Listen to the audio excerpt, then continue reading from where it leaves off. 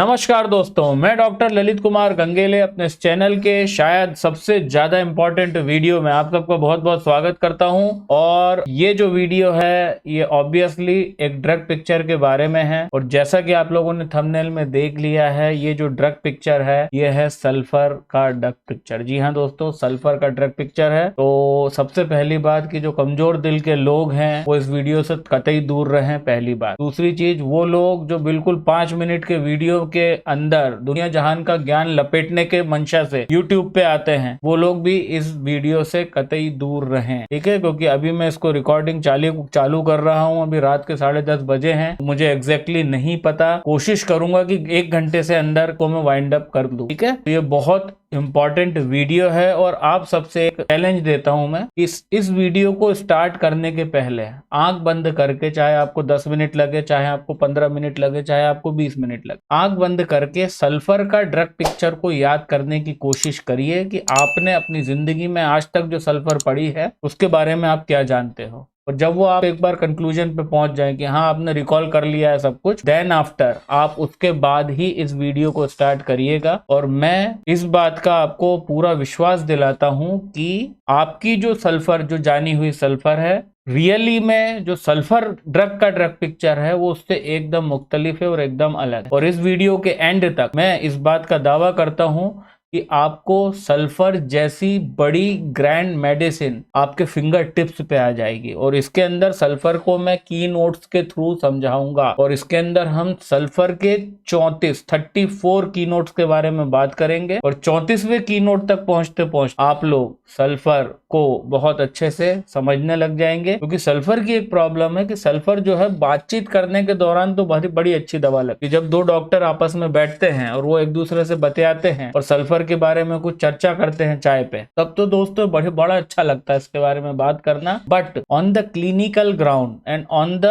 डिमॉन्स्ट्रेबल clinical ground it is very harder to pinpoint a patient of the sulphur on the clinical ground. आप psora के नाम पे sulphur खिला देते हो, चल जाता है। बट मेरा ये सवाल है, आप में से कितने ऐसे प्रैक्टिशनर्स हैं जो सल्फर को उसके क्लिनिकल इंडिकेशन के ऊपर यूज करते हैं जैसे कि बाकी दवाओं को आप यूज करते हैं। तो चलिए बिना देरी के वीडियो को स्टार्ट करते हैं। और हर बार की तरह वीडियो को शूट करने के लिए हम लोग दूसरी स्क्रीन पे जाएंगे। तो चलिए दूसरी स्क्रीन पे चलते हैं। तो दोस्तों, मैं उम्मीद करता हूं कि आप मुझे भी देख पा रहे हैं और मेरे पीछे जो स्क्रीन है इस स्क्रीन को भी भली भांति देख पा रहे हैं। और जैसा कि इसके अंदर आप देख रहे हैं, इसके अंदर मैंने स्लाइड्स को रखा है, स्लाइड्स को रिप्रेजेंट करने के लिए स्लाइड्स को रखा हुआ है। और चलिए अब अपन इसको स्टार्ट करते हैं, ठीक है। तो sulphur is the greatest monument of the Hahnemann, great Hahnemannian antipsoric medicine. ज्यादा बात नहीं करने की जरूरत है, ये पॉइंट हर कोई जानता है कि अगर हैनीमैन का सबसे बड़ा शाहकार, सबसे बड़ा एक मॉन्यूमेंट है, एक बहुत ही बड़ा माइलस्टोन है होम्योपैथी की फील्ड के अंदर, हैनीमैन का सबसे बड़ा जो योगदान है that is the in the form of sulphur, ठीक है। सेकंड पॉइंट इज द, ये हम की नोट्स की बात कर रहे हैं, ये जो पॉइंट्स है 1 2 3 4 5 ये सारे की नोट्स है। द सेकंड की note of the medicine is an antipsoric each remedy. ये एंटीसोरिक है। हम आप लोगों में से देखिए जो एकदम न्यूबीज आए हैं इस चैनल पे, एकदम फर्स्ट ईयर सेकंड ईयर के बच्चे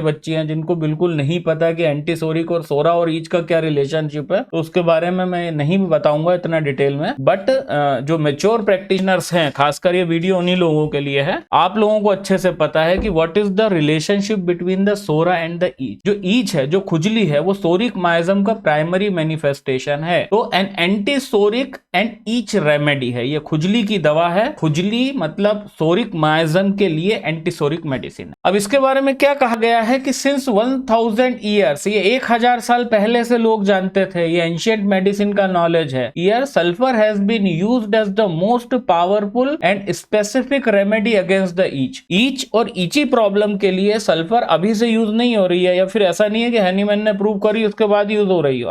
1000 साल से ईच के लिए बहुत स्पेसिफिक है। और किस टाइप का ईच है? इनटॉलरेबल, डिसएग्रीबल, टिंगलिंग ईचिंग, मतलब इनटॉलरेबल ईचिंग। आप समझते हैं इनटॉलरेबल, बिल्कुल असहनीय, डिसएग्रीबल, कि जिसके साथ बिल्कुल रजामंदी आप दे ही नहीं सकते उस खुजाल को। ऐसी जो खुजली है इसके लिए स्पेसिफिक है अगेंस्ट द ईच जो है वो सल्फर का रोल है। Burning after sketching is the very characteristic feature of sulphur. और यहाँ पे मैं एक और चीज मेंशन करूंगा क्योंकि मेरे तो दिमाग में सल्फर, ये तो आप लोगों को दिखाने के लिए स्लाइड्स बनाई है तो कुछ चीजें इसमें नहीं डाल पाया। इस सल्फर का सबसे प्राइमरी फीचर है कि जब भी स्क्रैचिंग, पहले तो खुजली बेइंतहा चलती है, जब खुजली बेइंतहा चलती है बंदा खुजाता है, खुजा के क्या करता है कि स्क्रैचिंग के बाद बर्निंग तो बताई है, बट एक और चीज होती है कि सल्फर का patient scratches until he bleeds, मतलब जहां पे वो खुजा रहा है जब तक वो जगह में ब्लीडिंग नहीं होने लगेगी ना तो ये बंदा रुकने वाला है। तीसरा पॉइंट बहुत इंपॉर्टेंट, हम देखो डेप्थ में उतरते जाएंगे, बिल्कुल एक एक पॉइंट समझिएगा आप, है ना। Centrifugal action in the nature, जो सल्फर का एक्शन होता है वो सेंट्रीफ्यूगल होता है। What is the centrifugal? मतलब ये है कि हैविंग अ इलेक्टिव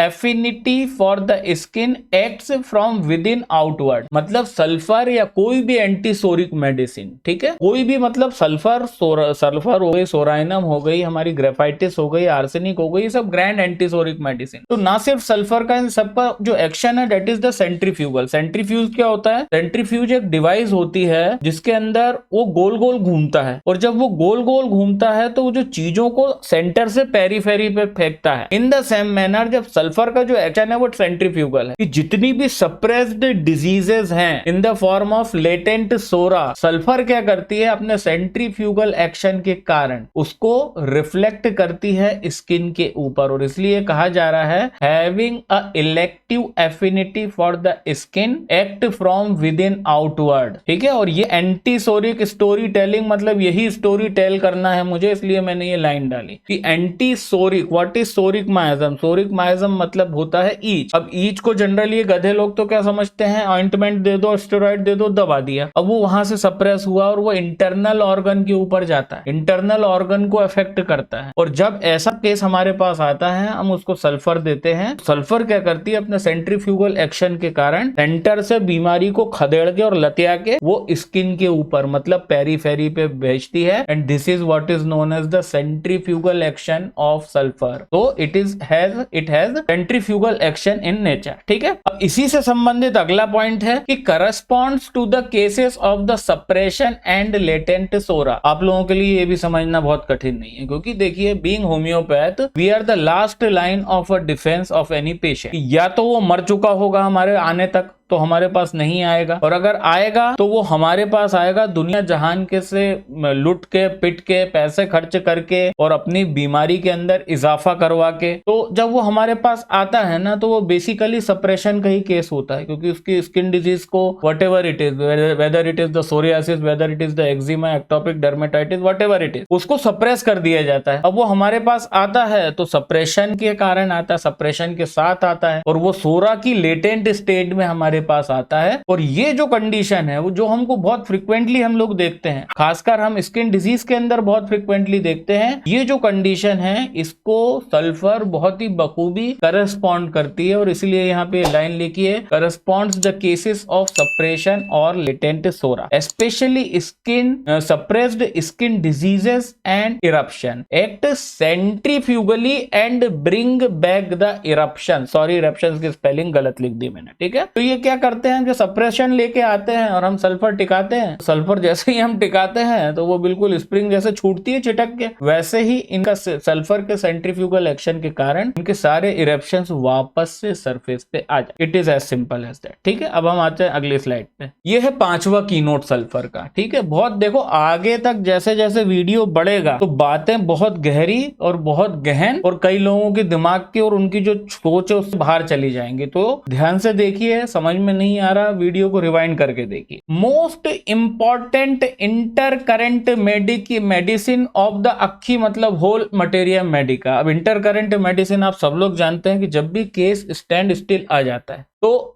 उसको धक्का मारने के लिए जो हम दवा यूज करते हैं that is the inter current medicine. और सबसे ग्रैंड और किंग ऑफ एंटीसोरिक होने के नाते ये बात समझना कठिन नहीं है कि क्यों ये इतनी इंपॉर्टेंट इंटर करेंट रेमेडी भी हो जाती है पूरी मटेरिया मेडिका की। तो ये क्यों है ना, व्हेन द केयर। अब इसके अंदर इंडिकेशन क्या है, अब लोग बोलते हैं एक सज्जन मेरे को मिले, एक मतलब एक मेरे से थोड़े से बड़े एज में होम्योपैथ थे, वो मेरे से एक बार एक जगह टकराए तो उन्होंने बोला सर मैं तो हर बीमारी में सल्फर दे देता हूँ। मैंने बोला सर काहे दे देते हो? बोले एलेंस ने अपने की नोट में लिखा है कि you should start the treatment of the chronic disease with the sulphur and you should extinct और and the treatment of any acute disease with sulphur. तो सर बीमारी तो दो ही प्रकार की होती है, या तो वो एक्यूट होती है या तो वो क्रॉनिक होती है। तो उस हिसाब से मेरी मोटी बुद्धि के हिसाब से या तो एक्यूट आएगा तो भी सल्फर दूंगा, क्रॉनिक आएगा तो भी सल्फर। बट ऐसा नहीं है दोस्तों, है ना। आप लोग भी अगर ये सोचते हो तो बिल्कुल गलत है, क्योंकि वहां पे उसी की नोट में उसी पेज के ऊपर एलन ने एक और लाइन दी है, वो ये है कि when the carefully selected medicine do not act. और ये समझ लेना, ये क्लिनिकल कैच वाले पॉइंट पे आ रहा हूं मैं, कि व्हेन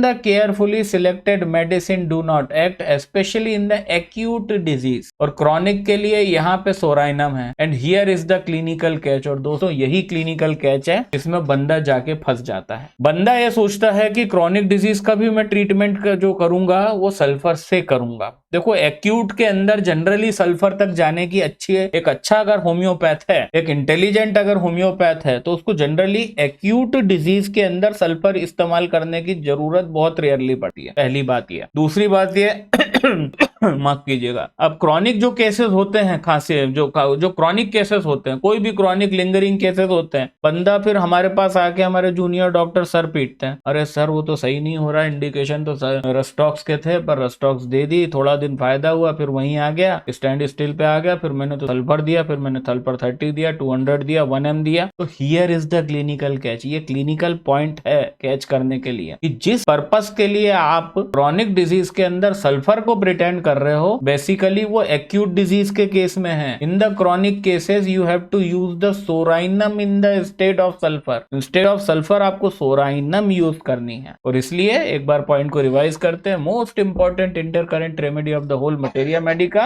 और इसका इंडिकेशन क्या है? When the carefully selected medicine do not act. और खासकर आपको ये चीज ध्यान रखनी है सल्फर के संदर्भ में कि ये इंडिकेशन एक्यूट डिजीज के लिए है। अगर क्रॉनिक डिजीज के अंदर आपकी वेल सिलेक्टेड मेडिसिन काम नहीं कर रही है तो instead of the sulphur think psorinum. ठीक है, एंड हियर इज द, ये है वो क्लिनिकल कैच। अब यहां से बहुत सीरियसली समझ लेना, क्योंकि ये दुनिया में शायद तुमको कोई बताएगा, और इस बात का मैं चैलेंज ले रहा हूं कि मैं इतने सालों से यूट्यूब को देख रहा हूं अपने नॉलेज को बढ़ाने के लिए, पर यह बात मेरे को सिर्फ किताबों में मिली, कोई बता नहीं पाया। पिछली चैट की बात हो रही थी, पिछली लाइव चैट जो थी हमारी लास्ट संडे की, वहां पे मैंने एक सवाल करा था आप लोगों से कि सल्फर का क्लिनिकल स्फीयर ऑफ एक्शन क्या है, सल्फर कहाँ काम करती है। कोई जवाब नहीं दे पाया। कोई बोल रहा था एंटीसोरिक है, कोई बोल रहा था इंटर करंट है। बहुत अच्छी फालतू की बातें बहुत हुई, पर काम की बात नहीं हुई। पर काम की बात यह है कि it is a venous remedy in its physiological action. जैसे कि हमारी फास्फोरस जो है वो ब्रेन पे काम करती है, ठीक है। हमारी कॉस्टिकम है वो लेरिंग्स के ऊपर काम करती है, हम सब जानते हैं। हमारी जो ब्राइनिया है वो सीरस मेम्ब्रेन पे काम करती है। इन द सेम मैनर हमारी जो एपिस मेलिफिका है वो भी सीरस मेम्ब्रेन के ऊपर काम करती है। तो हमारी ज्यादातर दवाओं का हमको स्फीयर ऑफ एक्शन पता है। जैसे हमारा चाइना है, पोडोफाइलम है, वो लीवर पे काम करती है। हमारी एलो और एस्कुलस है वो रेक्टम पे काम करती है। तो इसका फिजियोलॉजिकल एक्शन है। But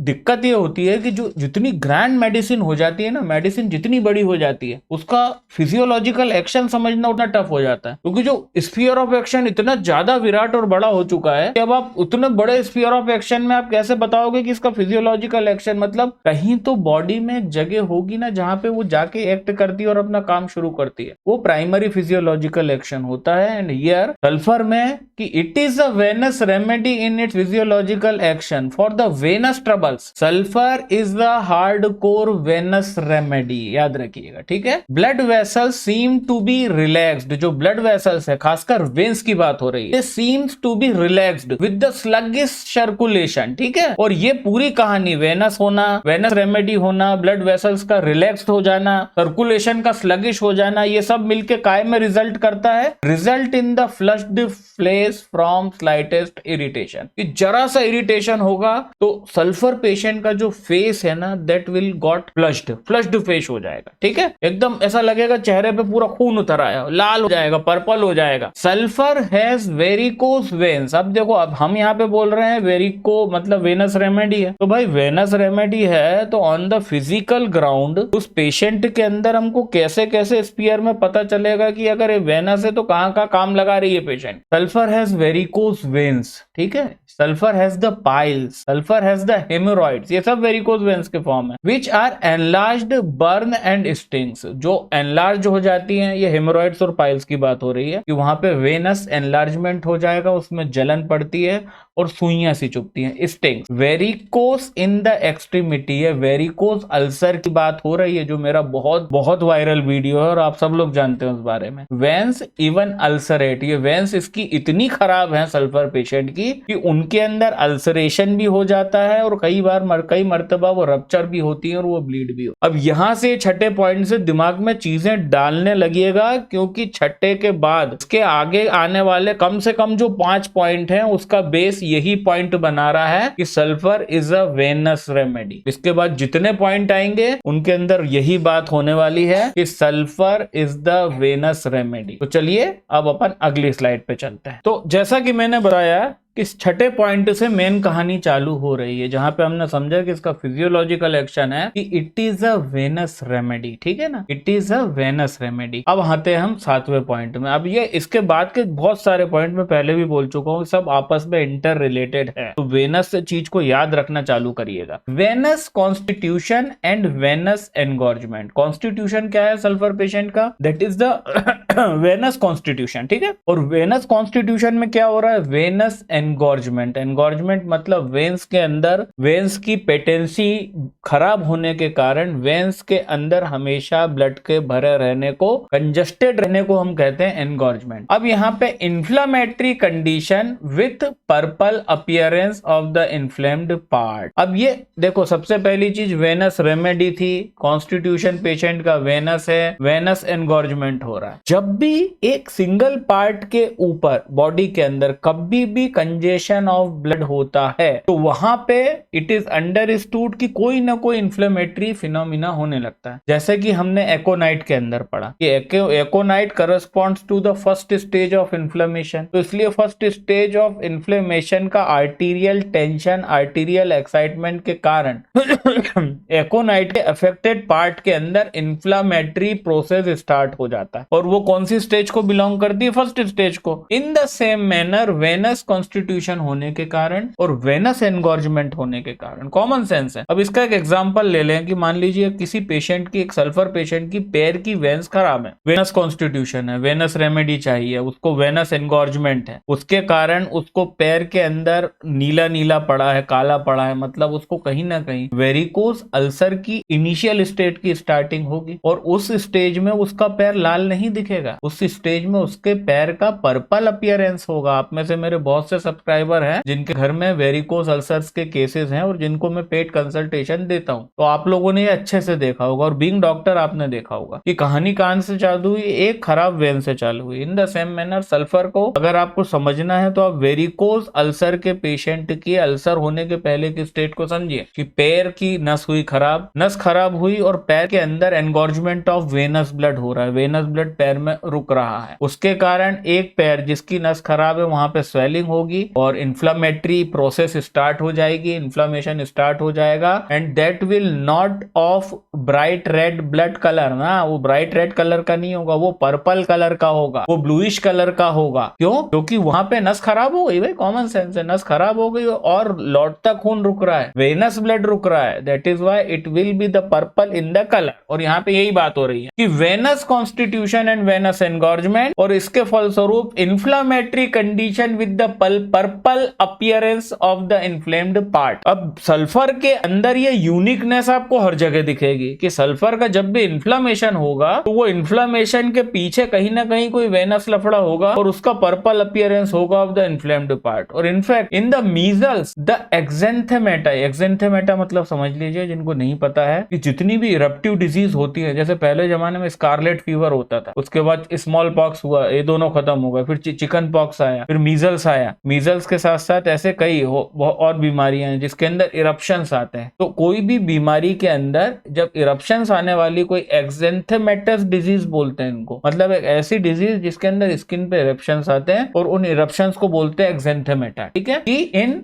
measles the exanthemata are purple in colour. ये सल्फर का कैरेक्टरिस्टिक है भाई। वैसे तो मीजल्स की दवा में बेलाडोना देते हैं, पल्सेटिला, रस्टॉक्स वगैरह देते हैं, बट एक रेयर केस में कभी मीजल्स के आपको जो इरप्शंस है अगर वो पर्पल दिख रहे हैं, then you can think about the sulphur. 8वां key note, irregular distribution of blood. ठीक है, ये बहुत इंपॉर्टेंट है, आप समझो ना। उसी वेनस पेशेंट को आप ले लो, वही वेरिकोज वेन्स वाले अंकल आंटी कोई भी, कि उनके पैर के अंदर इर्रेगुलर डिस्ट्रीब्यूशन ऑफ ब्लड हो रहा है ना भाई, मतलब जास्ती ब्लड रुक रहा है, भले से वो वेन्स खराब होने के कारण है, पर जहां पे वेन खराब है, उस वेन जहां से ब्लड लेके आ रही है, डेफिनेटली वहां पे ब्लड का एंगॉर्जमेंट होगा, और this is what is known as the irregular distribution of blood. और ये सिर्फ वेनस कॉन्स्टिट्यूशन की भी बात नहीं है, सल्फर का जनरल फीचर है, मतलब flush of heat, rush of blood to head, सर में ब्लड आएगा, हेडेक की बहुत इंपॉर्टेंट मेडिसिन है सल्फर। ये इर्रेगुलर डिस्ट्रीब्यूशन ऑफ ब्लड की बात हो रही है, ठीक है ना। इसको अगर समझना है तो जब ग्लोनाइन का ड्रग पिक्चर आएगा, ग्लोनाइन एक बहुत इंपॉर्टेंट मेडिसिन है इर्रेगुलर डिस्ट्रीब्यूशन ऑफ ब्लड की। तो रश ऑफ ब्लड हो जाएगा, फ्लश ऑफ हीट होगा, कि जिस पार्ट में ब्लड आके स्टेगनेंट हो रहा है वहां पे बहुत उसको हीटिंग लगेगी, हीटेड अप लगेगा, ऐसा लगेगा गर्म हो गया। और कहां कहां होगा, rush of blood to the head, rush of blood to the chest, rush of blood to the heart, and these, ये दीज है भाई, है ना, ये these irregularities go into actual inflammation with effusion. और क्योंकि सल्फर वेनस रेमेडी है, तो जब इर्रेगुलर डिस्ट्रीब्यूशन होगा तो ये जो वाकई में जहां जहां पे लोकल ब्लड जाके रश कर रहा है, कहीं हेड में, चेस्ट में, हार्ट में, और यही इर्रेगुलरिटी एक्चुअल इन्फ्लेमेशन को भी जन्म देंगी, और ऐसा वैसा इन्फ्लेमेशन नहीं, इन्फ्लेमेशन विथ इफ्यूजन। ठीक है, अगला पॉइंट 9th कीनोट बोल लो आप, पॉइंट बोल लो, कुछ भी समझ सकते हैं। Burning heat and redness is the next, ये थोड़ा शॉर्ट हैंड यूज करूंगा दोस्तों, बुरा मत मानिएगा, NXT मतलब next. Burning heat and redness is the next keynote due to above stated irregular distribution of blood and venous action on the body. मतलब venous action होने के कारण पहली प्रॉपर्टी, और दूसरी कारण इर्रेगुलर डिस्ट्रीब्यूशन ऑफ ब्लड, ये दोनों चीजें अगला कीनोट को जन्म दे देती हैं, जो है बर्निंग हीट एंड रेडनेस। अब देखिए एक बात समझिए कि बर्निंग बहुत इंपॉर्टेंट फीचर है सल्फर का, जैसे ये बर्निंग बहुत इंपॉर्टेंट फीचर था हमारी आर्सेनिक एल्बम का। अब जब बर्निंग की आप जितनी भी मेडिसिन निकालोगे ना, उसके अंदर कहीं ना कहीं आपको ब्लड वेन, ब्लड का फंसना, या फिर उसके अंदर कोई ना कोई ऐसी कंडीशन आपको डिसऑर्गेनाइजेशन जैसी मिलेगी जो कहीं ना कहीं इन्फ्लेमेशन को जन्म देती है, जैसे कि आर्सेनिक एल्बम। हमने पढ़ा आर्सेनिक एल्बम के अंदर, आर्सेनिक एल्बम के अंदर भी तो यही इन्फ्लेमेटरी फिनोमिना है। और दूसरा जो है, अगर आप आर्सेनिक को देखेंगे वहां पे भी अल्सरेशन वगैरह होते हैं, वेरिकोस वेनस कंडीशन होती है। दूसरा एग्जांपल कार्बोवेज में भी सेम फिनोमिना है, कार्बोवेज को भी बर्निंग की बहुत इंपॉर्टेंट मेडिसिन है इन द इन्फ्लेम्ड पार्ट। ठीक है, और बर्निंग होगी, इन्फ्लेम्ड पार्ट है तो रेडनेस तो होगा ही। तीसरा एग्जांपल है ग्रेफाइटस, चौथा एग्जांपल है लेकेसिस, पांचवा एग्जांपल है एकोनाइट, छठवां एग्जांपल है बेलाडोना। मतलब जहां पे भी सर्कुलेशन का डिस्टरबेंस होगा और उस मेडिसिन की आर्टीरियल या वेनस प्रॉपर्टी होगी। अब ये जो मैंने 6 मेडिसिन के एग्जांपल दिए, इसमें से सिर्फ एकोनाइट और बेलाडोना आर्टीरियल मेडिसिन है, यहाँ पे आर्टीरियल एक्साइटमेंट होता है, इसलिए इनकी जो स्वेलिंग है ना वो एकदम लिटरली रेड होती है। बट इसके अलावा जो 4 मेडिसिन मैंने ली है आपको, arsenic album, carbo veg, graphites and lachesis, ये चारों वेनस हैं, और इसलिए यहाँ पे बर्निंग का फिनोमिना बहुत प्रोमिनेंट है। मतलब कभी भी सीवियर इन्फ्लेमेशन जब होगा पेशेंट को किसी भी लोकल पार्ट में, प्लस उसके अंदर वेनस कैरेक्टरिस्टिक की प्रधानता होगी, तो जो ब्लड रुकेगा, वेनस ब्लड रुकेगा उस पार्ट के अंदर, तो वो अफेक्टेड पार्ट के अंदर बर्निंग होना तय है और लाजमी भी है। इसका एक छोटा सा एग्जांपल बताऊं, हम छोटे थे रबर बैंड बांध लेते थे उंगली में, कंपटीशन करते थे कितनी देर तक कौन देखता है, इसको कितनी देर तक समझ में आता है कि कौन कितनी देर तक लपेट के रखेगा। तो उसमें आपने देखा होगा जब उंगली नीली पड़ जाती थी तो उसमें जलन होने लगती, ये तो यहाँ पे यही बात हो रही है। Burning heat and redness is the next key note due to the above stated two कारण। पहला कारण क्या है, venous action on the body, and दूसरा इर्रेगुलर डिस्ट्रीब्यूशन ऑफ ब्लड। ये दोनों चीजें इसका नवा कैरेक्टरिस्टिक प्रदान करते हैं जो होती है बर्निंग, और खासकर बर्निंग हीट एंड रेडनेस। ठीक है, all are interrelated, that is venous condition से रिलेटेड है। ठीक है, वेनस एक्शन, वेनस एनगॉर्जमेंट क्या हुआ, वेनस एक्शन मतलब ड्रग का कैरेक्टरिस्टिक क्या है, वेनस एक्शन। वेनस एनगॉर्जमेंट और वेनस एक्शन होगा तो भाई वेन्स के अंदर कंजेशन होगा, जहां पे कंजेशन होगा उसके कारण इन्फ्लेमेशन होगा, जहां पे इन्फ्लेमेशन होगा उसके कारण इर्रेगुलर, ये शॉर्ट हैंड में लिखा है भाई, बहुत मेहनत से बनाया video, irregular distribution of blood. और ये ऑल सब कुछ मिला के, ये ऑल है, मेरा यहाँ पे चेहरा आ रहा होगा तो मेरे चेहरे के पीछे कौन सा शब्द है मैं आपको बता दूंगा, है ना। Distribution of blood all lead to the burning heat and redness of the affected part. और ये मेरे सर के पीछे है विज रेड ईयर, मतलब अब प्रैक्टिकल एग्जांपल की बात आ जाती है ना कि भाई आप इतना चिल्ला के बोल रहे हो कि ये वेनस है और ये है वो है, तो लाल होगा क्या भाई, बर्निंग हीट कहाँ लगेगी, लाल क्या दिखेगा, तो लाल दिखेगा ये मेरे सर के पीछे रेड है ना, red year, red knows, red eyelids, red eyes, red urethral meatus, मतलब सूसू जहां से एकदम से बाहर आती है बिल्कुल पेनिस का जो मिएटस है वो भी रेड होगा, एंड रेड वल्वा। तो दिस इज द पॉइंट कि बर्निंग हीट एंड रेडनेस क्यों होता है, क्या होता है, ये मैं आपको बता चुका। अगली स्लाइड पे आ गए हम, ठीक है ना, यही है ना अगली स्लाइड, हाँ ठीक है, 9वां पॉइंट था, अब 10वां। जो 10th पॉइंट है ये भी समझना बहुत आसान है कि एक्सकोरिएटिंग एंड ऑफेंसिव डिस्चार्जेस, सल्फर के जितने भी डिस्चार्जेस होते हैं उनके दो कैरेक्टरिस्टिक होते हैं। ऑफेंसिव तो सबको पता है कि सल्फर, अभी आगे वो सारे पॉइंट आएंगे कि सल्फर एक फिल्थी पेशेंट होता है, एक नॉन फेस्टिडियस पेशेंट होता है, गंदगी के साथ रहता है, तो जैसा उसका फिजिकल रहन सहन है उसकी इंटरनल बॉडी भी वैसी है, तो उसके डिस्चार्जेस अमूमन बदबूदार होते हैं, ऑफेंसिव होते हैं। बट एक और चीज, ये एक्सकोरिएटिंग भी होते हैं, और ये दो पॉइंट बहुत इंपॉर्टेंट है। The orifices are not only red, अब देखो रेड ऑरिफिक्स हैं, ये हमने देखा पिछले पॉइंट में कि जो बर्निंग हीट है और जो रेडनेस आई है, तो रेडनेस में हमने बोला ये मिएटस, ये कान लाल हो जाएगा, नाक लाल हो जाएगी, सूसू के अंदर बर्निंग होगी, यूरेथ्रल मिएटस लाल हो जाएगा, ल्यूकोरिया होगा,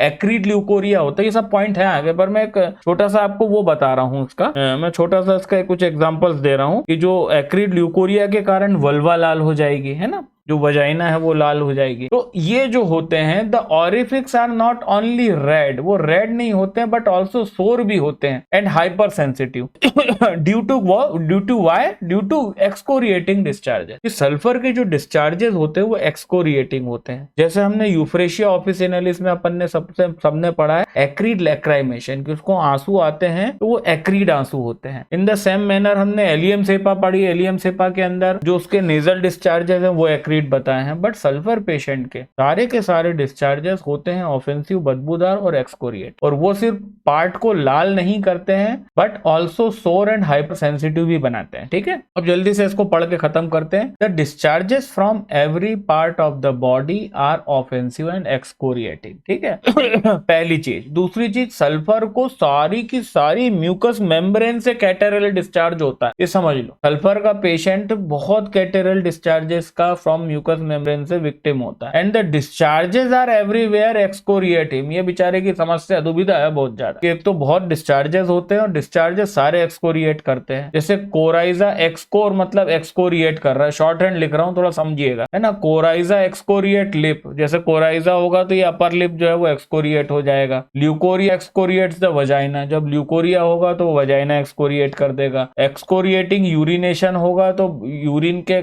एक्सकोरिएशन के कारण बर्निंग होगी यूरेथ्रा में और वहां पे रेडनेस दिखेगी। Excoriation between the buttocks and anus, ये बहुत इंपॉर्टेंट है कि इसका डायरिया भी एक्सकोरिएटिंग होता है, और ये छोटे बच्चों में हम अक्सर देखते हैं हमारी क्लिनिक में कि छोटा बच्चा आता है, बोले सर दस्त लग गए, बोले हाँ साहब दस्त लग गए, दवा दे देंगे सही हो जाएगा, दिक्कत कहाँ आ रही है, अरे नहीं साहब एक बार देख लो तो उसका पिछवाड़ा लाल हो गया। तो जैसे ही आप बटक्स को चौड़ा करोगे और आपको एनस दिखेगा तो उसके एक्सकोरिएटिंग डायरिया की वजह से वो पूरी दुकानदारी लाल पड़ जाएगी। और यहाँ पे यही है, excoriation between the buttock and anus fluids are acrid and causing the excoriation. कोई ज्यादा टफ नहीं है समझना। अब 11th की नोट पे आते हैं। Burning in general is the next key note of the sulphur. ये मैं आप समझ चुके होगे अब तक कि वेनस रेमेडी थी, वेनस रेमेडी की वजह से वेनस एनगॉर्जमेंट हो रहा था, वेनस एनगॉर्जमेंट हुआ तो साला इर्रेगुलर डिस्ट्रीब्यूशन ऑफ ब्लड हो गया। अब इर्रेगुलर डिस्ट्रीब्यूशन ऑफ ब्लड हो गया तो सालों को वो हो गया, इनको इन्फ्लेमेशन हो गया इन द पार्ट। तो जो इन्फ्लेमेशन है in the sulphur that is of the venous side inflammation, ये आर्टीरियल साइड का इन्फ्लेमेशन नहीं है। वैसे आर्टीरियल साइड का भी इन्फ्लेमेशन होता है तो एकोनाइट और बेलाडोना को वैसे ही बर्निंग होती है, और इसकी बर्निंग एकोनाइट और बेलाडोना की बर्निंग से ज्यादा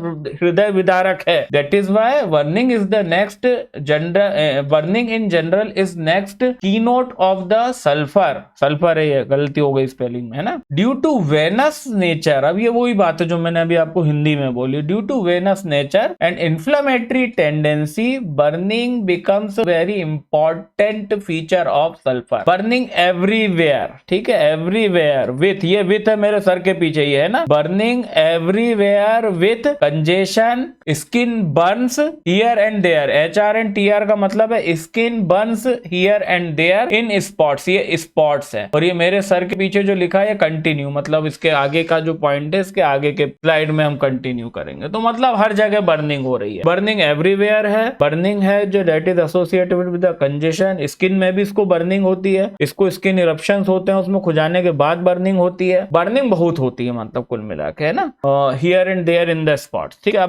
अब यह इसको कंटिन्यू करेंगे स्लाइड में, अगली स्लाइड में ये पॉइंट और कंटिन्यू जाएगा। बर्निंग इन ग्लैंड्स, भाई साहब हर जगह बर्निंग है, इसकी ग्लैंड्स में बर्निंग होती है, क्योंकि ये आप समझ सकते हो ना कि ये जो कोई भी इन्फ्लेम्ड पार्ट होगा इसका, जहां पे भी इसको इन्फ्लेमेशन है, वेनस कंजेशन है, तो ऑब्वियस बात है वहां पे जो ग्लैंड्स होंगी ना उनमें भी बर्निंग होगी। इसको स्टमक में बर्निंग होती है, लोग बताते हैं पेट में जलन पड़ना, एब्डोमेन में बर्निंग होती है। अगर आप प्रैक्टिशनर है, आपने अपने क्लिनिक पे बहुत फ्रिक्वेंटली ये केस देखे होंगे जिनको एब्डोमिनल बर्निंग होती है, तब पेट में जलन पड़ती है। किधर जलन पड़ रही है, वो ऐसे पूरे एब्डोमेन पे हाथ फिराता है, यहाँ जलन पड़ रही है। लंग्स में बर्निंग होती है, लंग्स इसलिए मैं जोर डाल रहा हूँ कि लंग्स बहुत इंपॉर्टेंट है ना, सल्फर के अंदर लंग्स बहुत इंपॉर्टेंट है, आगे वो पता चलेगा क्यों। बॉवेल में, आंतों में बर्निंग होती है, रेक्टम में बर्निंग होती है, वेरिकोज वेन्स जब हो जाती है तो इसको पैर में बर्निंग होती है, इसको जो पाइल्स और हीमोराइड्स हैं उसके अंदर जलन पड़ती है, इसको यूरिनेशन के दौरान बर्निंग पड़ती है, यूरिनेशन इसका बर्निंग यूरिनेशन होता है। और सबसे important, burning in the sole of the feet and palm of the hand. ये आप अगर प्रैक्टिशनर है, आपने पक्का ये केस देखा होगा कि साहब मेरे को तो मेरे हाथ के पंजों में जलन पड़ती है, मेरे को तो पैर के तलुओं में जलन पड़ती है, मैं तो उसको बिस्तर के अंदर ठंड में भी नहीं रख सकता, ठंड में मेरी रजाई से ऐसे मेरे दो पैर बाहर निकले रहते हैं। क्यों? क्योंकि मेरे को सोल में बर्निंग होती है। सल्फर, अगला पॉइंट बारवा, बहुत इंपॉर्टेंट है। Empty organ sinking, empty organ sinking fainted weak sensation in the epigastrium is the characteristic feature of the थोरा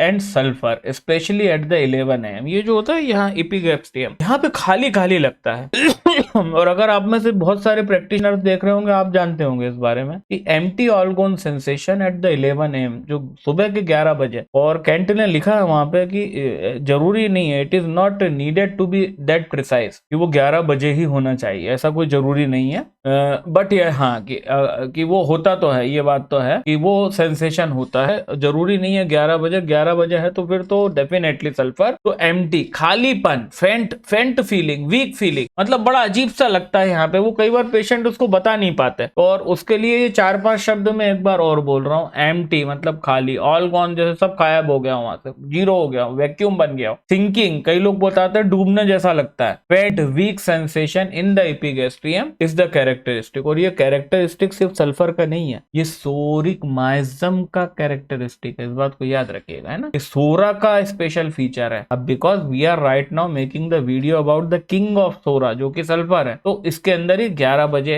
इसका प्रोमिनेंट टाइम है इन द मॉर्निंग। अगला point 13, sulphur is a hot patient. ये याद रख लेना, ये बहुत कंक्लूसिव होता है कई बार, मैं क्यों मैं आगे बताता हूँ, इसी पॉइंट के एंड में डिस्क्राइब कर दूंगा। Sulphur is a hot patient with the aggravation by the heat in any form. किसी भी फॉर्म में इस बंदे को हीट नहीं है बर्दाश्त, है ना। Aggravation due to the heat and more note noticeably by the warmth of the bed. ये हमेशा याद रखना भाई, बिस्तर की गर्मी। जनरली क्या होता है, नाइट एग्रेवेशन आता है और डॉक्टर लोग अंधो जैसे दवा देने के लिए बोले नाइट एग्रेवेशन, एग्रेवेशन नाइट मतलब सिफिलिटिक माइजम मतलब मर्कसोल। जरूरी नहीं है वो मर्कसोल हो, समझिए। नाइट में एग्रेवेशन होने के पीछे टेक्निकली आप जाओगे तो सल्फर का एग्रेवेशन का नाइट से लेना देना नहीं है। सल्फर का एग्रेवेशन है वार्मथ ऑफ द बेड, बिस्तर की गर्मी से दिक्कत होती है उसको, ठीक है। जैसे कि sciatica aggravate in the bed, ठीक है, बेड में जब जाता है तो एग्रीवेट होता है। स्किन डिजीज जो होता है वो खासकर एग्रीवेट होता है at night due to the warmth of the bed. तो ये हम कौन सा पॉइंट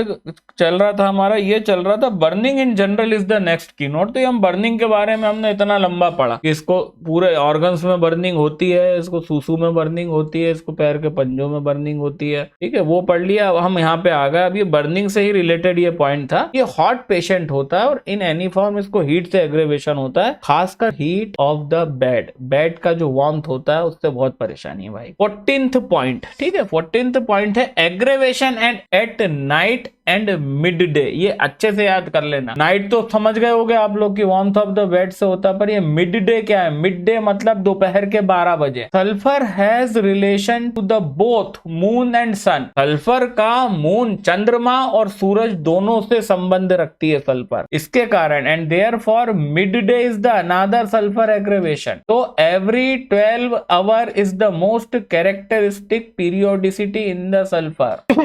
जब भी किसी मेडिसिन के अंदर किसी स्पेसिफिक टाइम पे कोई कंप्लेंट की राइजिंग होती है उसको हम कहते हैं पीरियोडिसिटी, कि वो उतना साइकिल है। पीरियोडिसिटी का संबंध है इंटरमिटेंट फीवर से। जो इंटरमिटेंट फीवर होता है ना, कि भाई सुबह 10 बजे ही ठंड लग रही है, रात में 12 बजे ही ठंड लग रही है, दोपहर में 2 बजे ही ठंड लग रही है, हर 12 घंटे के बाद वो चीज रिपीट हो रही है। तो this is known as the periodicity. कि किसी भी ड्रग के अंदर अगर पीरियोडिसिटी है तो वो डायरेक्टली या इनडायरेक्टली कहीं ना कहीं उसका संबंध इंटरमिटेंट फीवर से होगा। और यहाँ पे हम क्या बात कर रहे हैं, sulphur has the relation with the both moon and sun and therefore mid day is the another sulphur aggravation. So every 12 hour is the most characteristic periodicity in the sulphur. 12 घंटे इसकी पीरियोडिसिटी का cycle है। अगला जो point है 15th, वो जो की नोट है वो भी इसकी पीरियोडिसिटी से है, जो कि है 7 डे और वीकली एग्रेवेशन, 7वें दिन, हर 7वें दिन, ठीक है, 7 डे या weekly aggravation, 7 day periodicity, complaint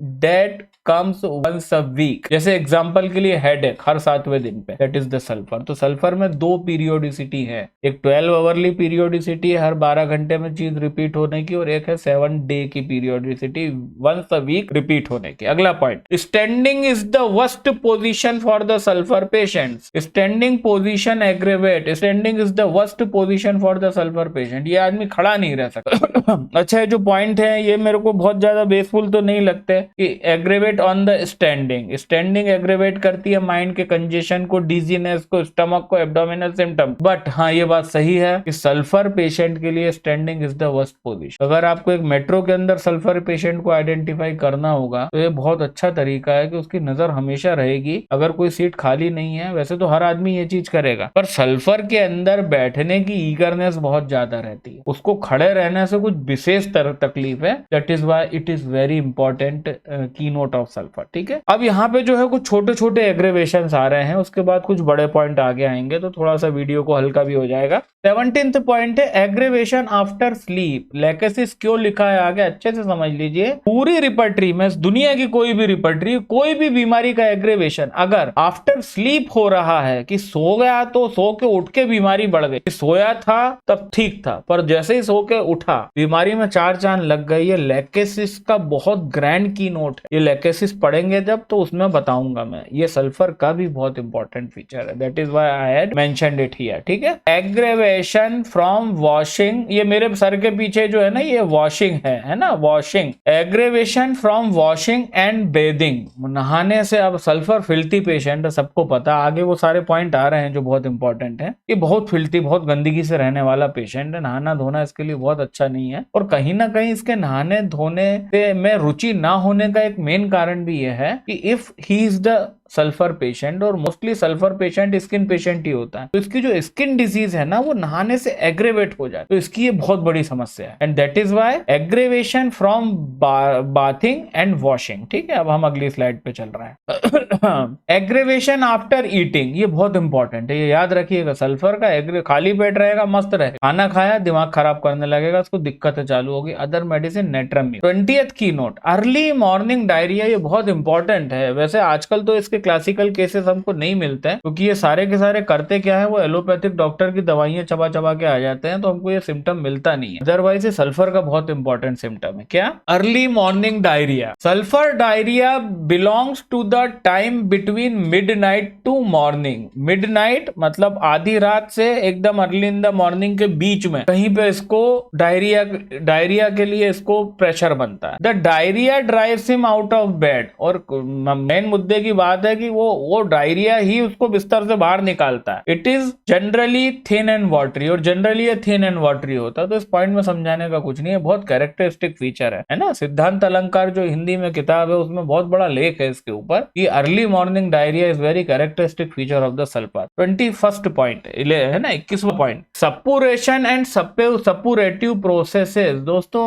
आपको एक बात अच्छे से पता है कि जब वेन्स खराब है, अभी मैं इसके अंदर एक वेनस अल्सर के पेशेंट का ही एग्जांपल रखूंगा तो आपको बहुत अच्छे से सल्फर आप रिमाइंड कर पाओ। तो जब उनको अल्सरेशन हो जाते हैं तो वो अल्सर में भी तो सपुरेशन होता है। क्यों? क्योंकि इसकी स्किन अनहेल्दी है इस बंदे की। Sulphur is victim of the most unhealthy skin in the entire materia Medica. पूरी मटेरिया मेडिका में मैं समझता हूँ 4-6 मेडिसिन ही हैं जिनकी स्किन बहुत ही ज्यादा तुच्छ क्वालिटी की है। वो है उसमें सबसे ऊपर आ गया सल्फर। ग्रेफाइटिस की भी स्किन वैसी है, आर्सेनिक एल्बम की भी स्किन वैसी है, ग्रेफाइटिस की हो गई, और उसके अलावा कार्बोवेज हो गए, नेट्रम्यूर हो गया। इन सब की स्किन जो है ना वो बहुत अच्छी नहीं है। इनकी स्किन में थोड़ी सी इंजुरी लगेगी वो पक जाएगी, हमेशा स्किन ड्राई रहेगी, बहुत ज्यादा रफ रहेगी, इसके अंदर स्किन में इरेप्शंस होते ही रहेंगे कुछ ना कुछ। तो ये वहां बात हो रही है। सपुरेशन मतलब पकने की प्रक्रिया in suppurative process. It establish the all sort of the suppurating cavities. Sulphur अब होता क्या है कि सपुरेशन के नाम पे हमको सिर्फ 2 मेडिसिन पूरी मटेरिया मेडिका में याद आती है। पहले हमको याद आती है ग्रेफाइटिस, दूसरी हमको याद आती है हिपरसल। हमको लगता है इन दोनों के अलावा कोई मेडिसिन है ही नहीं जिसमें सपुरेटिव फिनोमिना है, तो वो है sulphur. It establishes the all sort of the suppurating cavities, जैसे कि स्मॉल एब्सेस, छोटे से छोटे फोड़े, लार्ज एब्सेस ऑन स्किन, ये स्किन के ऊपर भी एब्सेस होते हैं, इन द सेल्यूलर टिश्यू में भी होते हैं, and in the internal organ as well. जो इंटरनल ऑर्गन है उनमें भी एब्सेस पाए जाते हैं सल्फर पेशेंट के अंदर। Suppurating tendency is very marked in the sulphur. तो ये लुब्बे लुबाब की बात है, सपुरेटिंग टेंडेंसी बहुत है। तो ये apart from the hepar sulph and silicea, sulphur is one of the most important medicine for the suppurative tendencies. ठीक है। 22nd पॉइंट है मोस्ट अनहेल्दी स्किन। अब ये वही उसी से संबंधित है। मोस्ट अनहेल्दी स्किन ये सपुरेशन वाले पॉइंट से ही संबंधित है, जैसे कि छोटे छाल, छोटे फोड़े, बड़े फोड़े, स्किन के ऊपर फोड़े, तो उसी से संबंधित है। Most unhealthy skin another keynote of the sulphur. ये मेरे सर के पीछे सल्फर लिखा है, ठीक है, और नीचे ये स्मॉल लिखा, आगे आ रहा हूं उस पे। Another keynote of sulphur. Unhealthy dry skin, unhealthy dry skin मतलब बहुत ही unhealthy dry skin. Skin will not heal and small wound suppurate. ये मेरे सर के पीछे स्मॉल है। Skin will not heal and small wound suppurate. छोटे छोटे जो चोट होती है वहां पे पकने लगता है सल्फर पेशेंट को। स्किन एकदम ड्राई है, अनहेल्दी है, एब्सेस वाली है, रप्शन वाली है, बहुत ही खराब स्किन। अगला पॉइंट अब ये इसी से संबंधित है, अनहेल्दी स्किन और सपुरेशन। ये कहीं ना कहीं मिला लो कि मोस्ट अनहेल्दी स्किन जो हमने ये 22वां पॉइंट था और हमारा 21वां पॉइंट था जो सपुरेशन, ये उसका मिला जुला एक्सप्लेनेशन है ये आगे का कि the tissue seems to take on the weakness. ये टिश्यूज इसके होते हैं सल्फर पेशेंट के, ये वीकनेस बहुत ज्यादा पकड़ के रखता है, मतलब ये वीकनेस होती है इनके अंदर। And very little pressure causes soreness. अब क्यों? क्योंकि वेनस कॉन्स्टिट्यूशन है ना भाई। तो जब ये वेनस कॉन्स्टिट्यूशन है तो इसके जो वेनस कॉन्स्टिट्यूशन और वेनस रेमेडी और वेनस पेशेंट होने के नाते टिश्यू भाई वीक होता है। और वीक होने के कारण बहुत कम प्रेशर के कारण सोरनेस आ जाती है, बहुत कम प्रेशर के कारण इन्फ्लामेशन हो जाता है एंड सपुरेशन भी हो जाता है। और इसी के नाते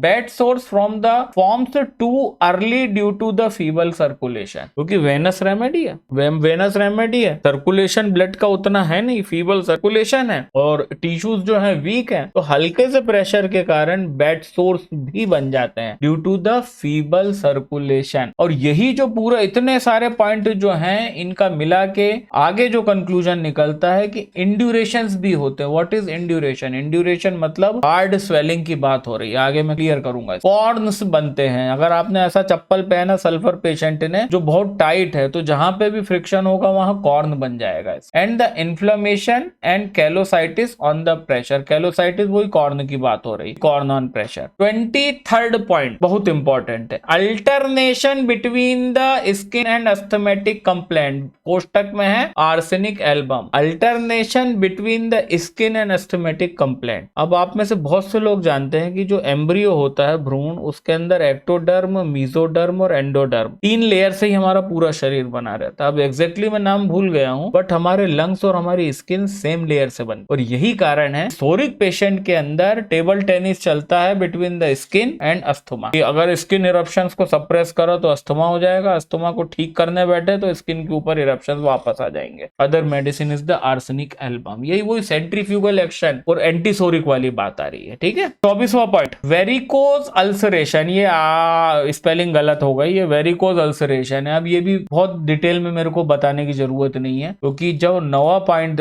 6ठा पॉइंट था जो वेनस रेमेडी और वेनस कॉन्स्टिट्यूशन और वेनस पेशेंट है ना, वेनस रेमेडी है सल्फर, वहीं से ही मैंने पूरी भूमिका बना दी थी। तो इसलिए ये पॉइंट आपको समझने में ज्यादा कठिन नहीं होगी, वेरिकोज अल्सरेशन क्यों होता है। Due to the venous remedy, ये वेनस रेमेडी है, deep seated ulcer on the lower limb, जिसको हम बोलते हैं varicose ulcer. Also it is indicated on the indolent ulcer, और जो अल्सर होता है with much burning and oozing of moisture होता है, कि बहुत बर्निंग होती है और उससे मॉइस्चर का डिस्चार्ज होता है। तो ये समझना कठिन नहीं, सल्फर में ये है। और अब तक मेरे को विश्वास है अगर वीडियो को आपने ढंग से देखा तो इसका आपको जस्टिफिकेशन मिल गया होगा कि क्यों इसको वेनस अल्सरेशन होता है। 25वां पॉइंट, 25वां key note, sulphur is a dangerous medicine to give where there. ये देयर है ना मेरे सर के पीछे, ये ऊपर वाला लाइन जो है मेरे सर के पीछे ये देयर है। Sulphur is a dangerous medicine to give where there is the structural or pathological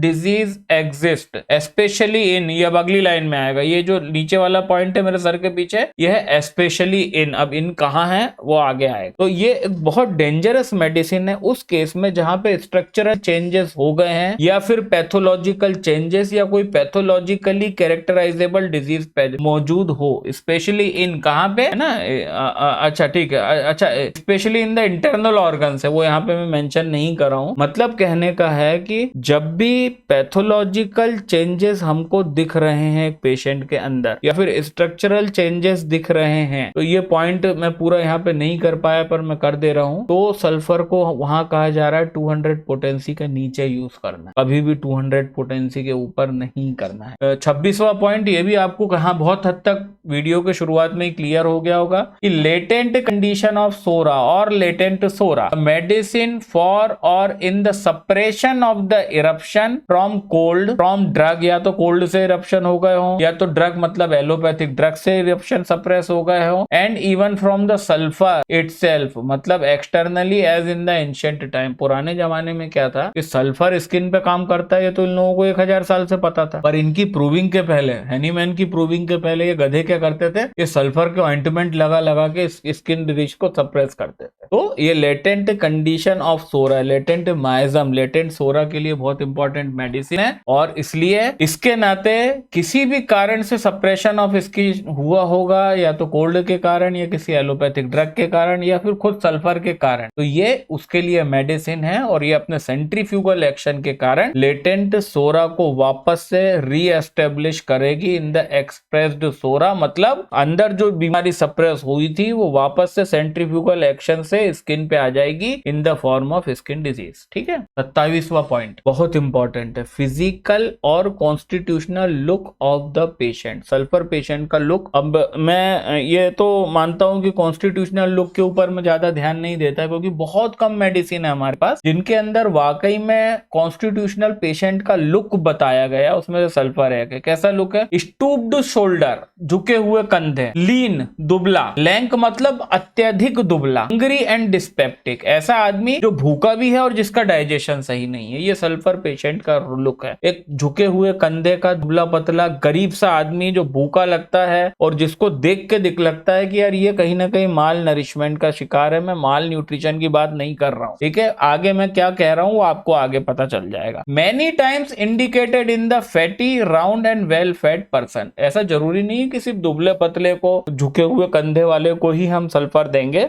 कई बार ये हट्टे कट्टे मोटे आदमी वेल फेड पर्सन के लिए भी इंडिकेटेड होता है। But most importantly angular lean stooped shoulder patient is typical sulphur patient. और ये ऐसा क्यों है पेशेंट? लीन स्टूप्ड शोल्डर, दुबला पतला सा, ऐसा मतलब मरगला सा, इसके लिए एक लैंक शब्द यूज हुआ। लैंक मतलब माल नरिश। ये क्यों है? It is due to the indigestion. पहली चीज इंडाइजेशन, दूसरा बैड एसिमिलेशन। इंडाइजेशन के बाद जितना भी खाना पचा है उसके अंदर से भी पोषक तत्व एसिमिलेट नहीं हुए। What is this? That is bad assimilation and feeble nutrition. इसका न्यूट्रिशन बहुत फीबल है। क्यों है ये सब? ऐसा क्यों है ये पेशेंट दुबला पतला स्टूप्ड शोल्डर? इसका क्या कारण है? इसका कारण है he leads the sedentary life in a room in study. ये एक एकाकी जीव होता है, बहुत जीनियस और इंटेलिजेंट पेशेंट होता है और ये कमरे में बंद अपने स्टडी वर्क में लगा रहता है, या तो स्टडीज करता है या मेडिटेशन करता है या इन एनी फिलोसॉफिकल इंक्वायरी। ये जितने भी साधु संत हम रास्ते में भीख मांगते देखते हैं इनमें से ज्यादातर सल्फर पेशेंट है। इनको नहाना धोना पसंद नहीं है, किसी चीज की तलाश में है और ये अपनी तलाश में या तो स्टडीज की तलाश में है, स्टडी कर रहे हैं, कोई रिसर्च कर रहे हैं, है ना। नासा की जेट प्रोपोर्शन लेबोरेटरी में वो साइंटिस्ट है, मंगल ग्रह के मिशन पे काम कर रहा है। तो ये जो जितने भी इंटेलिजेंट माइंड है, बहुत बड़ा मैथमेटिशियन है जो अपने स्टडीज से 20-20 दिन बाहर नहीं निकलते, तो ये लोग जो है ना बेसिकली अपनी इस आदत के कारण कि किसी काम में इंडल्ज है और इतनी सेडेंट्री लाइफ है कि ये इतने दुबले हो जाते हैं और ये इनका ऐसा लुक हो जाता है, लीन, लैंक, स्टूप्ड शोल्डर। ये इनको इंडाइजेशन हो जाता है, एसिमिलेशन नहीं होता, इनका इतना ज्यादा इंडल्ज रहते हैं अपने काम में, इनका न्यूट्रिशन भी फीबल हो जाता है। With no exercise soon they found. अब ये अपने इन कामों में जब लगे रहते हैं जिंदगी भर, है ना, ये फिलोसॉफिकल है भाई, मेरे सर के पीछे जो शब्द है। सून दे फाउंड दैट दे, ये मेरे सर के पीछे that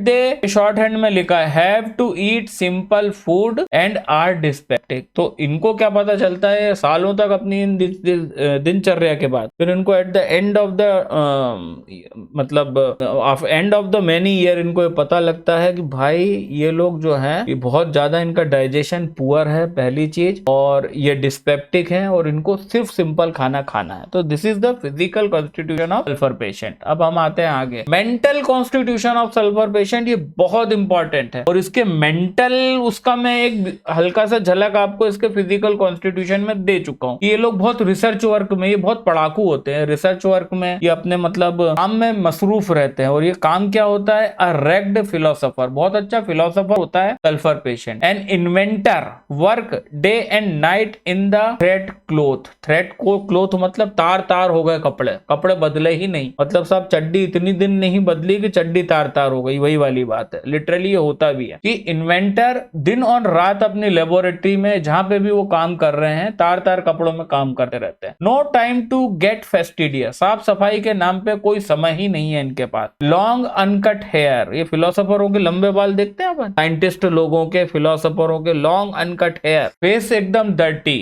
his study is uncleanly, sorry uncleanly है, सी की जगह वी लग गया। स्टडी, जहां पे ये काम कर रहे हैं ना, मतलब ये साले खुद तो गंदे रहेंगे ही रहेंगे, ये जिस जगह पे काम कर रहे हैं ना वो भी इनकी बिल्कुल साफ नहीं होगी। अनटाइडी पर्सन, बहुत ही untidy person. Books filled in the random order, इसकी अगर कोई लाइब्रेरी होगी ना, अंड बंड तरीके से बुक भरी है, कोई ऑर्डर नहीं। There is no order in anything, ना जिंदगी में कोई ऑर्डर है, अपनी शारीरिक व्यवस्था को संभालने का कोई ऑर्डर है, ना अपने इर्द गिर्द की चीजों को संभालने का कोई ऑर्डर है। ठीक है। अ स्टेट ऑफ द अनटाइडीनेस, ठीक है, अनक्लीनलीनेस भयंकर वाली, don't care how things go, मतलब उसके शरीर में क्या चल रहा है उसको नहीं पता, उसको लेना देना नहीं, और उसके इर्द गिर्द कितना सामान क्या काम का है क्या फालतू है उससे भी लेना देना नहीं। एन होर्डर, और मेरे से ये सवाल अक्सर चैट पे करा गया है, मेरे को मेरे पर्सनल पे व्हाट्सएप लोगों ने करा कि सर होर्डर की दवा बताओ। भाई सल्फर पेशेंट से बड़ा होर्डर इस दुनिया में हो ही नहीं सकता। उसको हर चीज काम की लगती है, उसको हर चीज को अवेयर के रखना है, उसको कुछ फेंकना नहीं है।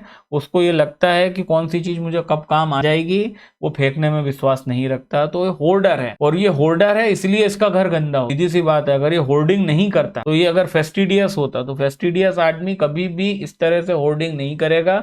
तो sulphur is the greatest hoarder in the entire materia medica. Due to this habit old inventors work it fails and goes on in trying and retrying. ठीक है, ये अब इनका माइंडसेट क्या है, किसी गोल के पीछे है, या तो कोई लिटरेरी वर्क कर रहे हैं, लेखक हैं, साइंटिस्ट हैं, मैथमेटिशियन हैं, फिलोसोफर हैं, और ये अपनी चीज को ट्राई करते रहते हैं, उसमें फेल होते हैं, फिर वापस पिल पड़ते हैं, और वो उस गोल के पीछे भागते रहते हैं, और ये डर्टीनेस, और इसलिए ही इज डर्टी। और यही कारण है कि कोई भैया साफ सफाई का कोई फंडा नहीं है। And sulphur is the most untidy patient in the entire materia medica. Cleanliness is not the great idea for the sulfur patient. वो कोई मतलब ही नहीं उसको। क्लीनलीनेस क्या होती है, ये कितनी जरूरी है, उसको कोई लेना देना नहीं। He thinks that it is unnecessary, इसको लगता है unnecessary and not required at all, उसकी जरूरत ही नहीं है साफ सफाई की।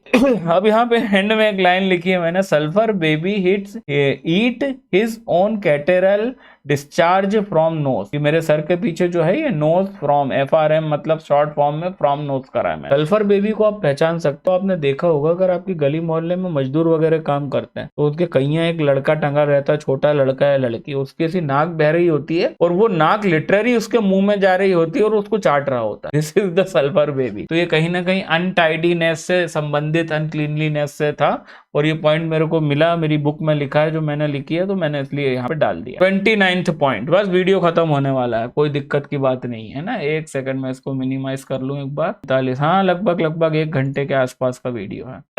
Offensive odour is the next key note of the sulphur patient. ये भी कोई दिक्कत की बात नहीं है। अब जो पिछला पॉइंट देखा हमने अनटाइडीनेस का, अनक्लीनलीनेस का, गंदगी से रहने का, तो भैया ऐसे आदमी के आसपास से ऑफेंसिव ऑर्डर आएगी तो कोई बहुत आश्चर्य की बात नहीं है। He has the filthiness throughout, इसके शरीर के अंदर भी पूरी filthiness है throughout. He is the victim of the filthy odor, इसके filthy odor बहुत आती है सल्फर पेशेंट के शरीर से। कहां से? filthy breath, इसकी ब्रेथ बदबूदार होगी। fetid stool, इसकी स्टूल बहुत बैड स्मेलिंग होगी। बैड स्मेलिंग जेनाइटल्स, इसके जेनाइटल्स से बहुत बैड स्मेल आएगी। Which can be smelled in the room in spite of his clothing. कितनी बुरी बात है, आप सोचो कि उसके जेनाइटल से इतनी बुरी स्मेल आ रही है कि उसने कपड़े पहने हैं, उसके बावजूद भी वो जो फिल्थी स्मेल है ना, आप उसको कहीं ना कहीं फील कर सकते। डिस्चार्जेस आर ऑलवेज मोर और लेस फिल्थी। जितने भी डिस्चार्जेस भाई के इसके होते हैं सल्फर पेशेंट के, they will be the filthy discharge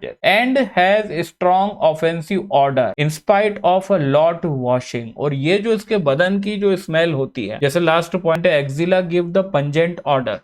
अब डजंट मैटर ये आदमी कितना वॉश कर ले, ये वॉश करेगा और कुछ समय के अंदर ही आफ्टर वॉशिंग वो जो ऑर्डर है दैट विल रिटर्न। तो ये दिक्कत है इसके साथ, है ना। तो ऑफेंसिव ऑर्डर ये बहुत इंपॉर्टेंट की नोट है सल्फर का। 30th की नोट, टेंडेंसी, अब देखो ये अच्छे से समझ लेना, tendency to infiltrate and hepatization of inflamed part. Tendency to infiltration, infiltration का मतलब होता है hard swelling, and hepatization of the inflamed part. Hepatization शब्द जो है that is the synonym of the infiltration. Hepatization जो है इन्फिल्ट्रेशन का सिनोनिम है। और एक्चुअली हेपेटाइजेशन आया है निमोनिया के अंदर, लंग्स के अंदर एक एंड स्टेज में हेपेटाइजेशन हो जाता है। What is hepatization? जो लंग्स होते हैं वो होते हैं सॉफ्ट, स्पंजी बिल्कुल। तो निमोनिया की लेटर स्टेज में, बहुत एडवांस स्टेज में, जब लंग्स जो होते हैं ना, जो सॉफ्ट होते हैं, वो हो जाते हैं हार्ड एज लीवर, क्योंकि लीवर एक हार्डर ऑर्गन है, ठीक है, कॉम्पैक्ट ऑर्गन, और जो लंग्स हैं वो बहुत सॉफ्ट होते हैं। तो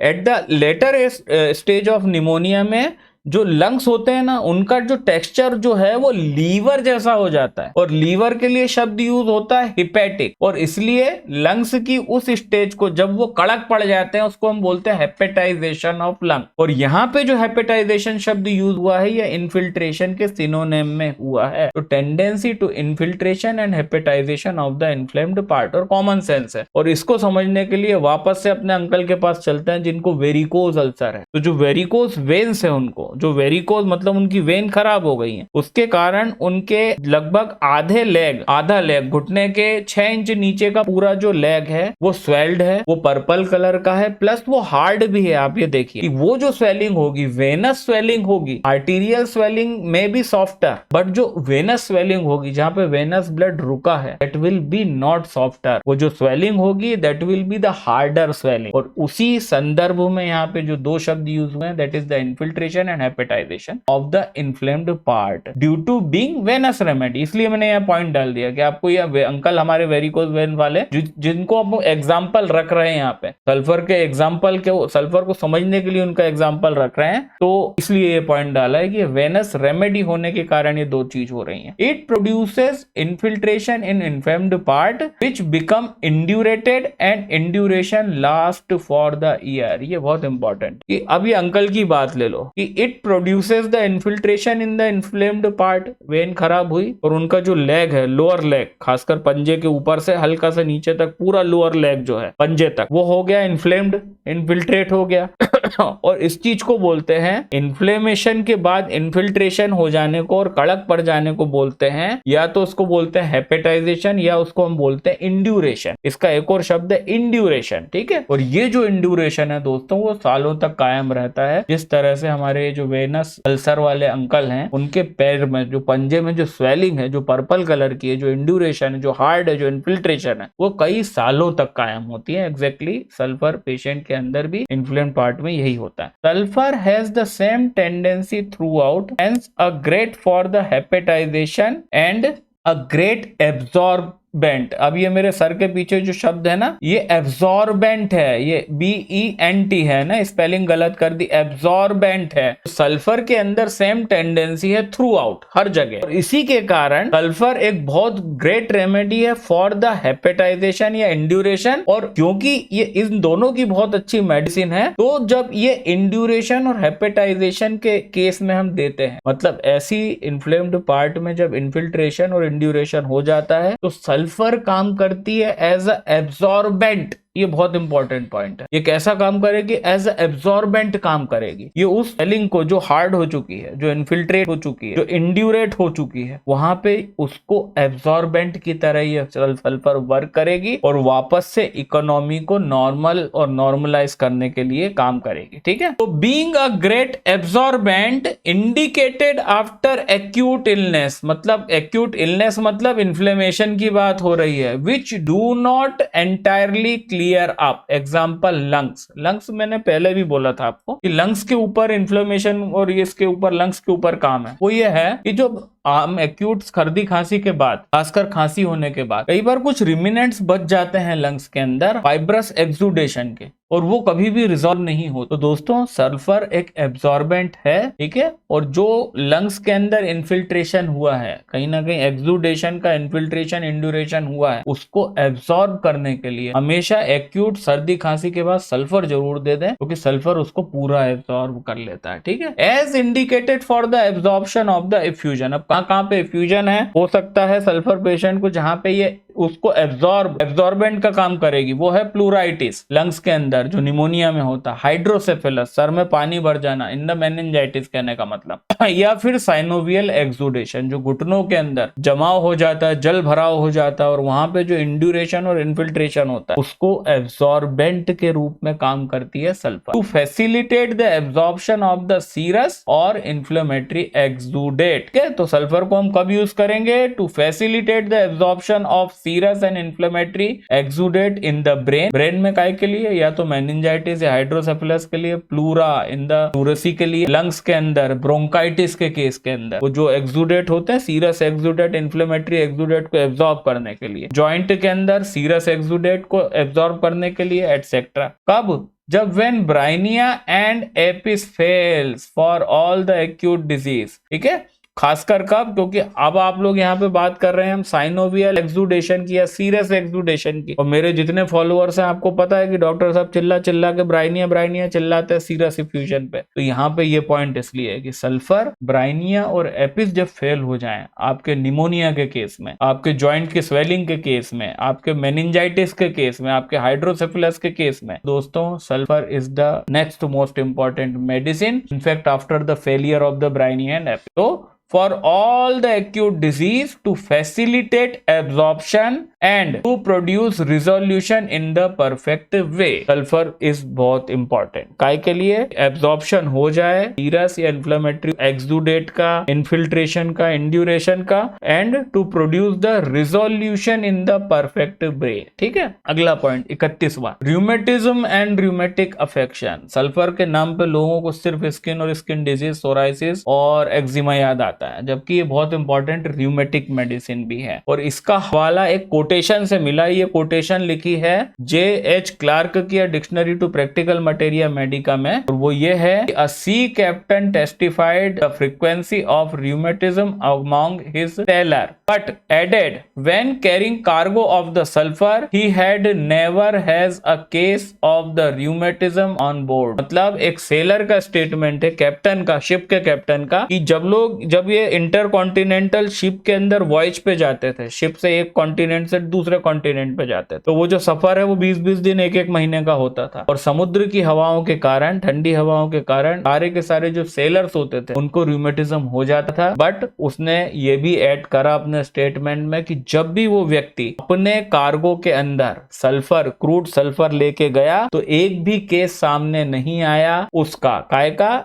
एक भी केस र्यूमेटिक प्रॉब्लम या र्यूमेटिज्म का सामने नहीं आया। That is why sulphur has a very important sphere of action in the rheumatism also. अब हम आते हैं अगले पॉइंट पे, एन इंपॉर्टेंट इंटरमिटेंट रेमेडी। अब इसका भी बारे में कुछ बताने की जरूरत नहीं है, क्योंकि हमने बताया कि सल्फर के अंदर पीरियोडिसिटी भी है। सल्फर में 2 वक्तों की पीरियोडिसिटी है, एक है सल्फर में 12 घंटे की 12 आवरली पीरियोडिसिटी, और एक है 7 दिन की 7 डेज या weekly once a week periodicity, और ये दोनों बात इसको बहुत इंपॉर्टेंट इंटरमिटेंट फीवर की दवा बनाती है, क्योंकि due to the 12 hour and the 7 day aggravation it becomes an important medicine in case of the intermittent fever. अब कूपर ने एक बात बोली है बहुत ही बढ़िया, कूपर बहुत बड़े पाइनियर हैं भाई साहब, होम्योपैथी के अंदर बहुत इंपॉर्टेंट पाइनियर हैं। कूपर ने बोला the fact that the worker in sulphur mine though in the malarial district enjoy the complete immunity from the malaria. मतलब जो सल्फर माइन के अंदर जो वर्कर काम करते थे, सल्फर जो है खनिज है,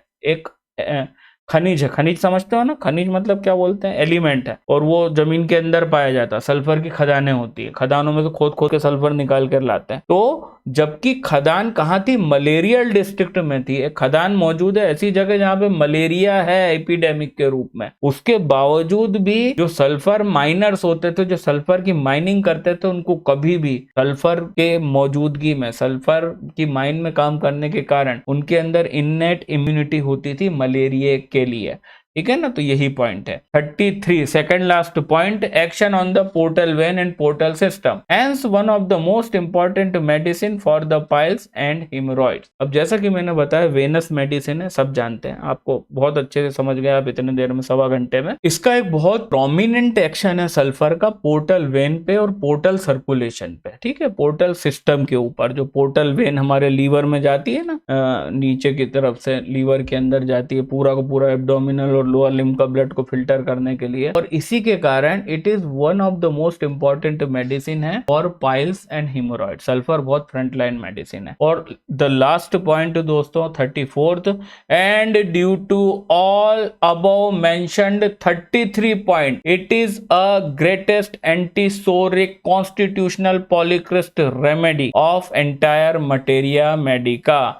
It has the indefinable and unexplainable sphere of action and indicated in the vast variety of ailment if the symptom agrees। और इतने बड़े स्टेटमेंट, कैंट के स्टेटमेंट के बाद भी फिर भी मैंने आप लोगों के लिए इस बात की जुर्रत करी कि 1.5 घंटे के अंदर इतनी ग्रैंड रेमेडी को मैंने कोशिश करा पूरा कवर करने के लिए। और अगर आपने इन 34 पॉइंटों को इस समय तक, लगभग 1.5 घंटा होने वाला है, अगर आपने इस पूरे वीडियो को ध्यान से देखेंगे और अगर देखा होगा तो मैं पूरी उम्मीद कर रहा हूं कि अब आपको ये जो ड्रग पिक्चर है, इसका सल्फर का ड्रग पिक्चर काफी हद तक क्लियर हो गया होगा। तो दोस्तों बहुत बहुत धन्यवाद आप सभी लोगों का अपनी जिंदगी के बहुमूल्य समय में से ये 1.5 घंटा निकालने के लिए और इस वीडियो को देखने के लिए, चैनल को इतना प्यार देने के लिए। इस हफ्ते में आने वाले वीडियोस और हर रविवार को दोपहर में 2:30 बजे होने वाली लाइव स्ट्रीम में आप सबसे मुलाकात होती है। तब तक के लिए नमस्कार।